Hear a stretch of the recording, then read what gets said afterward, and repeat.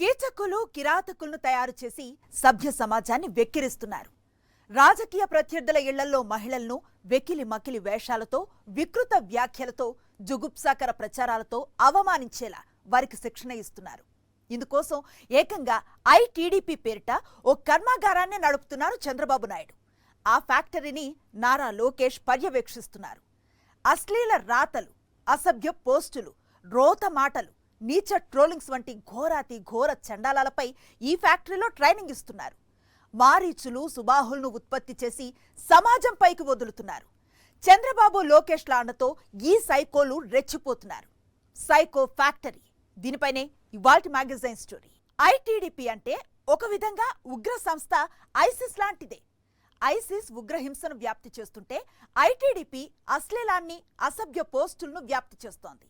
ISIS ఉగ్రవాదులతో నిండి ఉంటే ITDP రోతరాతల కిరాతకులతో నిండి ఉంటుంది. ఈ అసభ్య భావజాల సంస్థ 40 years political industry Chandrababu Naidu మానస పుత్రికే. బాబు వారసుడు నారా లోకేషే కిరాతక గ్యాంగ్కు దిశానిర్దేశం చేసే బాస్.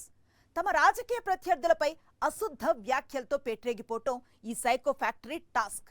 ఈ దుశ్శాసన దుకాణం తయారు చేసిన సైకోనే చేబ్రోలు కిరణ్. రాజకీయ ప్రత్యర్థులను సైద్ధాంతికంగా ఓడించగలగాలి. చంద్రబాబు నాయుడికి అది చేత కాదు. అంచేత ఆయన దుర్మార్గాన్ని ఎంచుకున్నారు.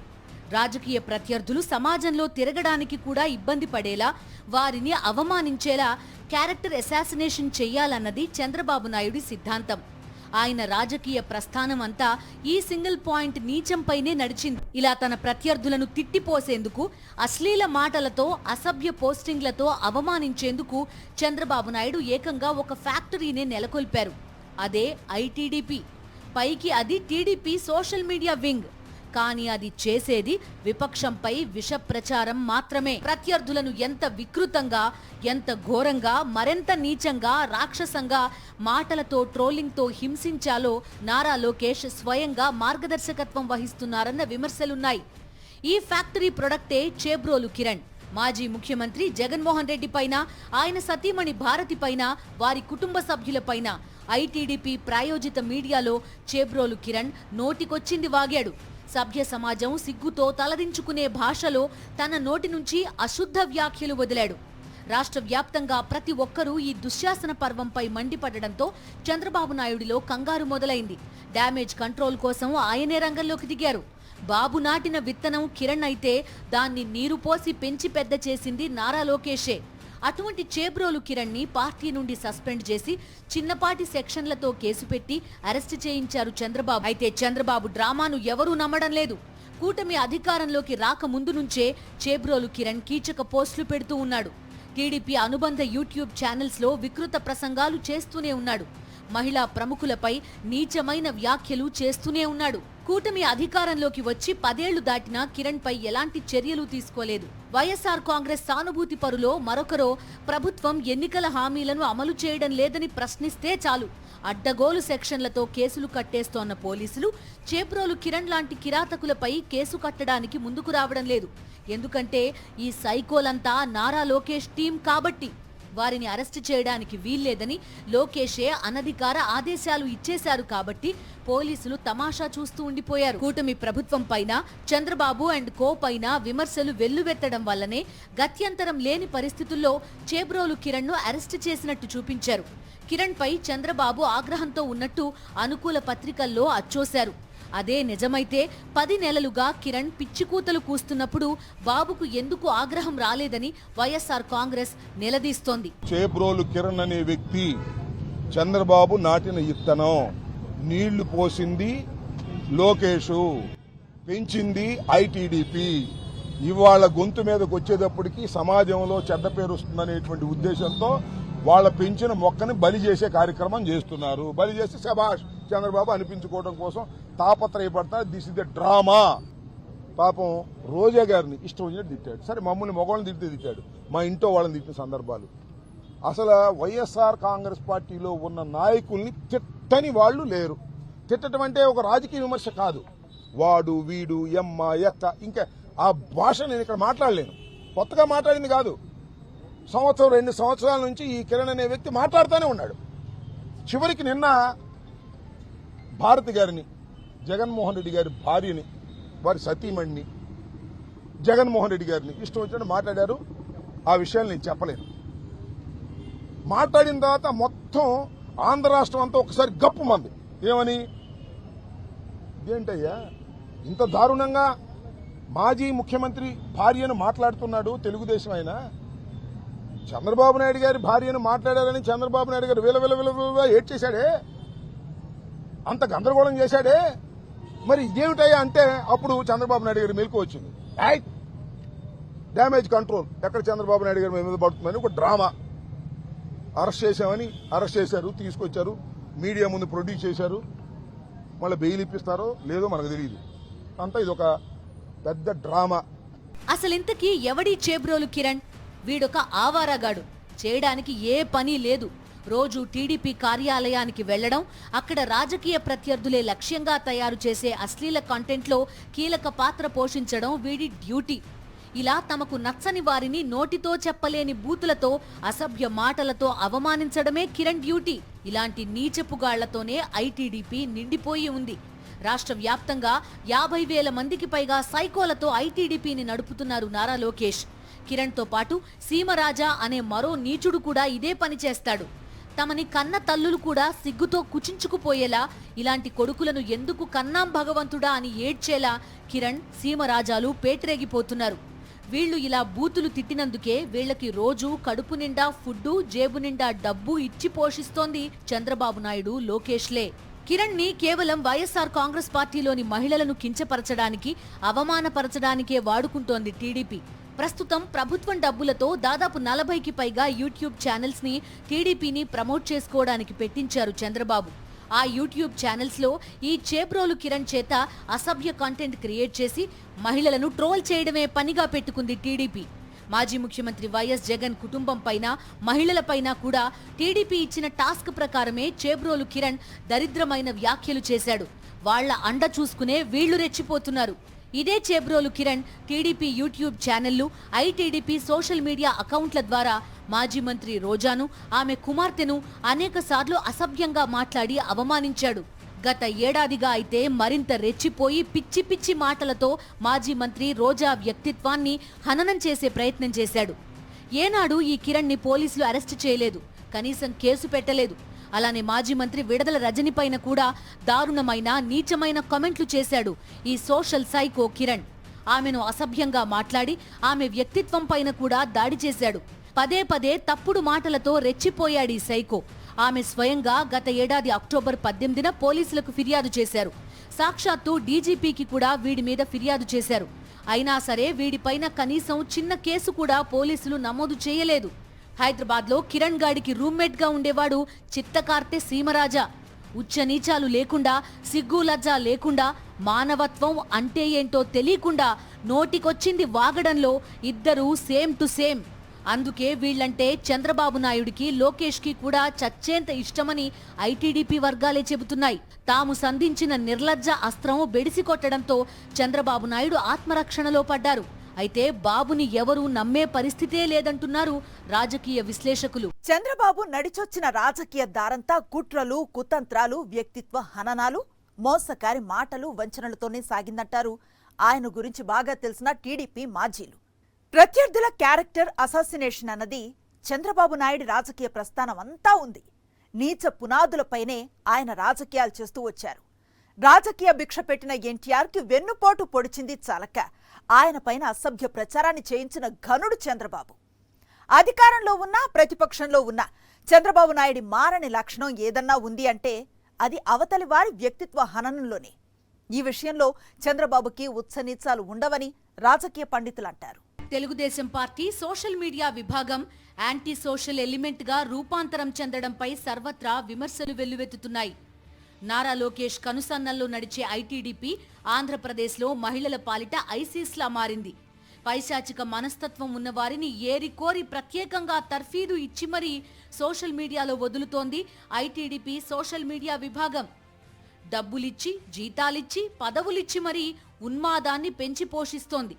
ఆ ఉన్మాదం వెర్రి తలలు వేసి రోజురోజుకి శృతిమించిపోతోంది.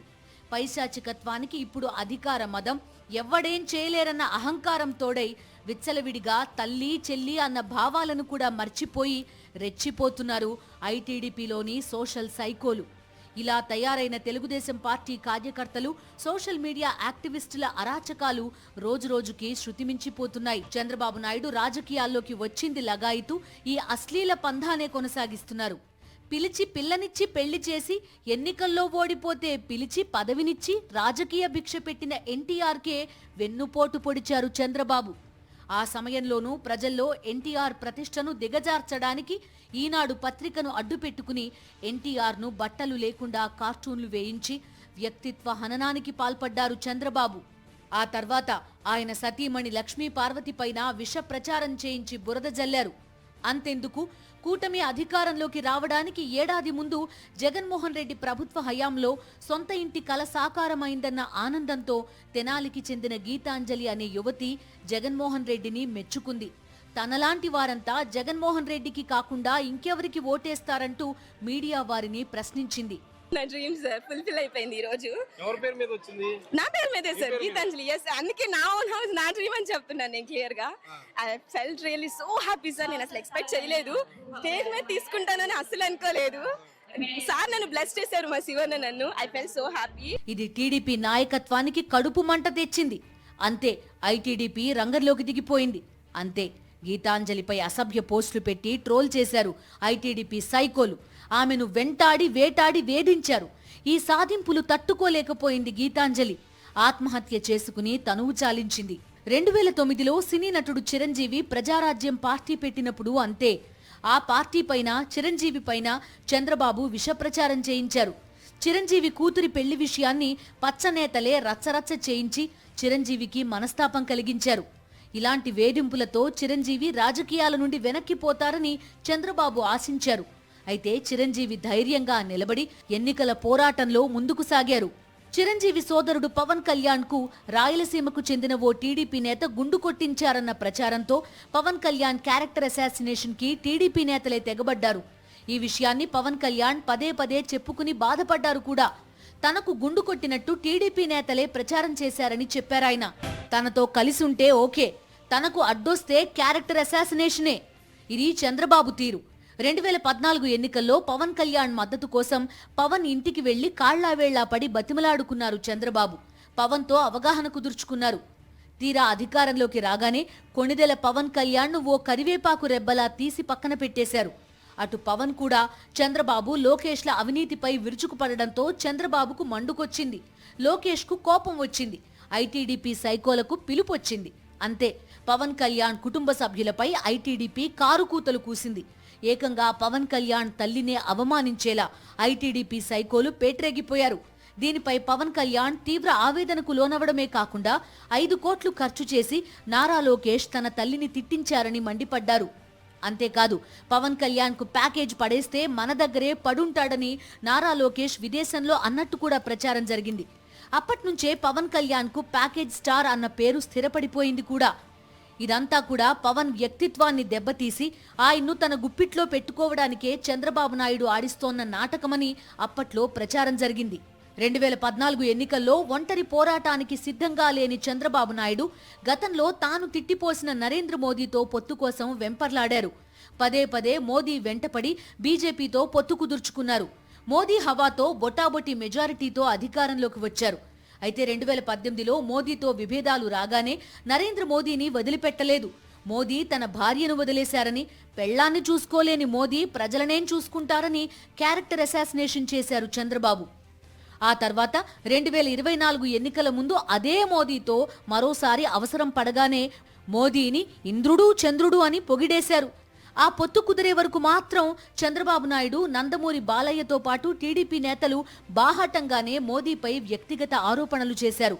ఐటీడీపీ ద్వారాను బీజేపీపై వ్యతిరేక ప్రచారం చేశారు. ఆ దుశ్శాసన సంప్రదాయాన్నే చంద్రబాబు ఇప్పుడూ కొనసాగిస్తున్నారు. 2019 ఎన్నికల్లో చంద్రబాబు ఓడిపోగానే తన సైకోలను పురిగొల్పారు. వైఎస్ జగన్మోహన్ రెడ్డి, ఆయన కుటుంబ సభ్యులు, కుమార్తెలపై కూడా ఫోటోల మార్ఫింగ్లు, అసభ్యకర రీతిలో కమెంట్లతో బూతులు తిడుతూ పోస్టులు పెట్టించారు.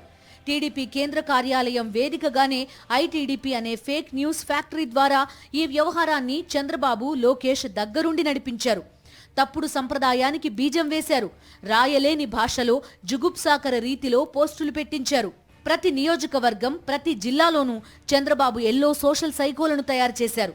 వైఎస్ జగన్, ఆయన కుటుంబం, వైఎస్ఆర్సీపీ నేతలు వాళ్ల ఇళ్లలోని ఆడవాళ్లపై యూట్యూబ్ ఛానల్స్లో ఇష్టారాజ్యంగా మాట్లాడిస్తారు. ఆ వీడియోలను టీడీపీ సోషల్ మీడియా ప్రమోట్ చేసి వైరల్ చేస్తుంది. ఇవి కాకుండా టీడీపీ కార్యకర్తలు సోషల్ మీడియాలో ఎక్కువ రీచున్న అకౌంట్ల నుంచి అసభ్యకర మార్ఫింగ్ ఫోటోలను పోస్ట్ చేయిస్తారు. ఇలా టీడీపీ సోషల్ మీడియా ఒక ఆర్గనైజ్డ్ అరాచక శక్తిగా మారిపోయింది. చేబ్రోలు కిరణ్ ఎపిసోడ్తో ఐటీడీపీ నీచ వ్యవహారాలు అందరికీ అర్థమయ్యాయి. కొన్నేళ్లుగా ఐటీడీపీని అడ్డుపెట్టుకునే చంద్రబాబు బూతు భావజాలాన్ని నలుదెసలా వ్యాప్తి చేస్తూ వచ్చారని విమర్శకులు అంటున్నారు. కిరణ్ పై నిజంగానే చంద్రబాబుకు కోపం వచ్చుంటే అసలు ఐటీడీపీ పైనే కేసు నమోదు చేసి దర్యాప్తు చేయించాలని వైఎస్ఆర్ కాంగ్రెస్ నేతలు డిమాండ్ చేస్తున్నారు. అధికారం ఉంది కదా అని బాబు లోకేష్ల మాయలో పడి ఇష్టారాజ్యంగా తమపై విషప్రచారం చేసేవారిని వదిలిపెట్టే ప్రసక్తే లేదని, వారిపై చట్టపరమైన చర్యలు తీసుకొని తీరుతామని వైఎస్ఆర్ కాంగ్రెస్ హెచ్చరిస్తోంది. సుదీర్ఘ రాజకీయ అనుభవం ఉందని గొప్పలు చెప్పుకునే చంద్రబాబు నాయుడికి కనీస హుందాతనం కూడా లేదని వైఎస్ఆర్ కాంగ్రెస్ నేతలు విమర్శిస్తున్నారు. చేబ్రోలు కిరణ్ వైఖరిపై ఇప్పుడే చంద్రబాబుకు కోపం వచ్చిందని చెప్పుకుంటోన్న టీడీపీ నేతలది ఒక డ్రామానే అన్నారు వైఎస్ఆర్ కాంగ్రెస్ నేత అంబటి రాంబాబు. చంద్రబాబు, లోకేష్ల అండతోనే చేబ్రోలు కిరణ్ లాంటి నీచులు పెట్టరేగిపోతున్నారని ఆయన మండిపడ్డారు. ఆ చేబ్రోలు కిరణ్ అనే వ్యక్తి ఐటీడీపీ కార్యకర్త.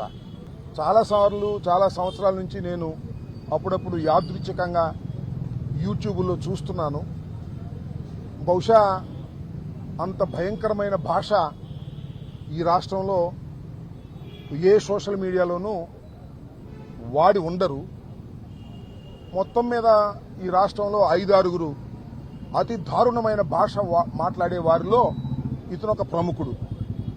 ఒక ఆయనేమో ఆయన సీమరాజా అని ఒక ఆయన ఉన్నాడు, ఆయన.